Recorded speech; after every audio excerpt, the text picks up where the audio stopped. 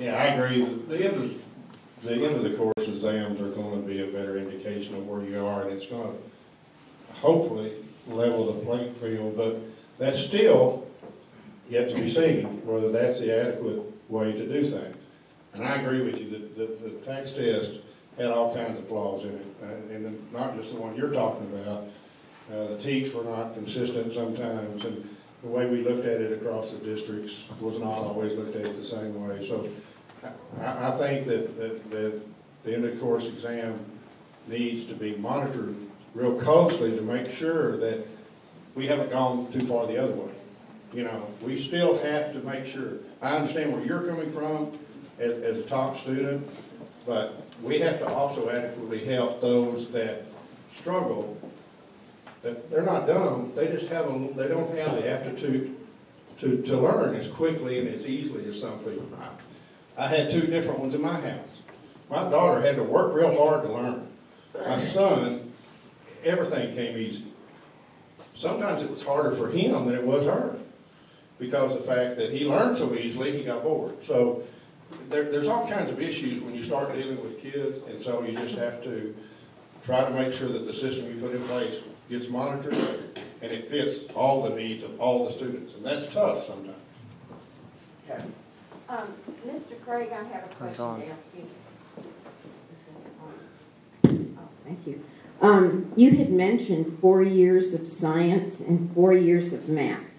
I have another one for you. 4 years of English. Literature, grammar, writing, etc. I had that at the school I went to when I went to high school 100 years ago, and I went to a private parochial school, and really, we all learned it. We had to. We diagrammed sentences, we wrote, we read, literature, etc. When I got to the university, I did not have to take a remedial class in English, math, or anything else. What about geography? I've heard that some kids can't even point out the state they live in a map. And what about Jay Leno? Have you all watched those kids on the street? They don't know anything. They're not from Texas. They're ignorant. I concur. I think you should. I mean, 4 years of English, there's no problem with that. And I have no problem with that at all. One of the things that we did in the social studies teams that the writing group did, they had, I can't remember what grade level, I may be wrong on this, it was either the 4th grade or the 5th grade, but they said you have to identify the states. That's good. But we also put in there, you've got to identify the capital of each state.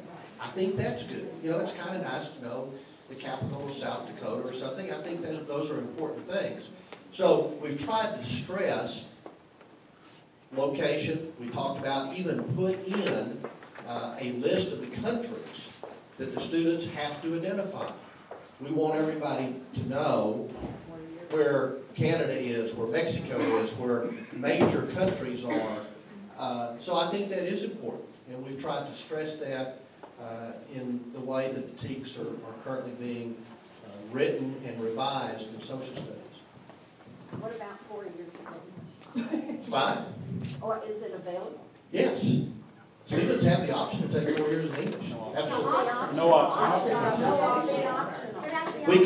We can cut out the option. You know, I don't have any particular problem in cutting it out.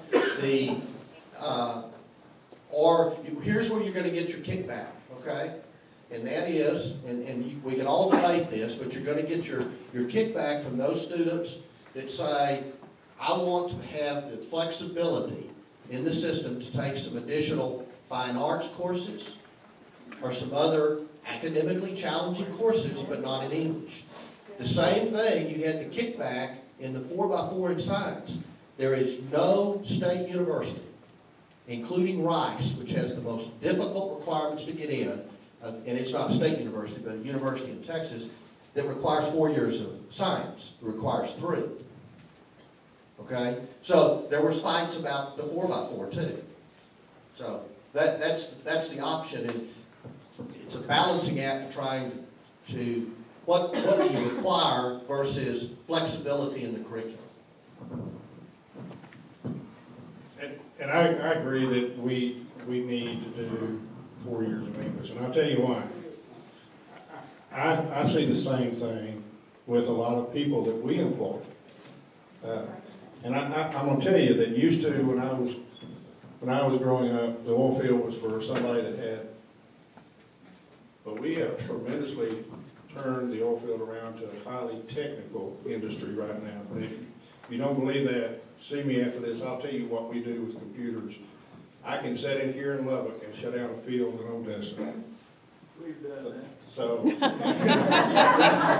now I may be fired tomorrow, but, so, and so if you can't understand how to communicate, if you can't understand, I think part of the problem, and maybe I'm stretching this a little bit, but we spend more time being politically correct than we do making sure that everything is spelled.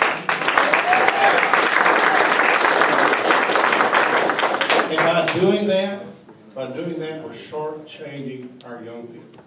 Not us, because we've made, most of us in this room have made our living and have a career. But our young people deserve to be educated, and they don't know what they want. We gotta help them get what they want. Connie?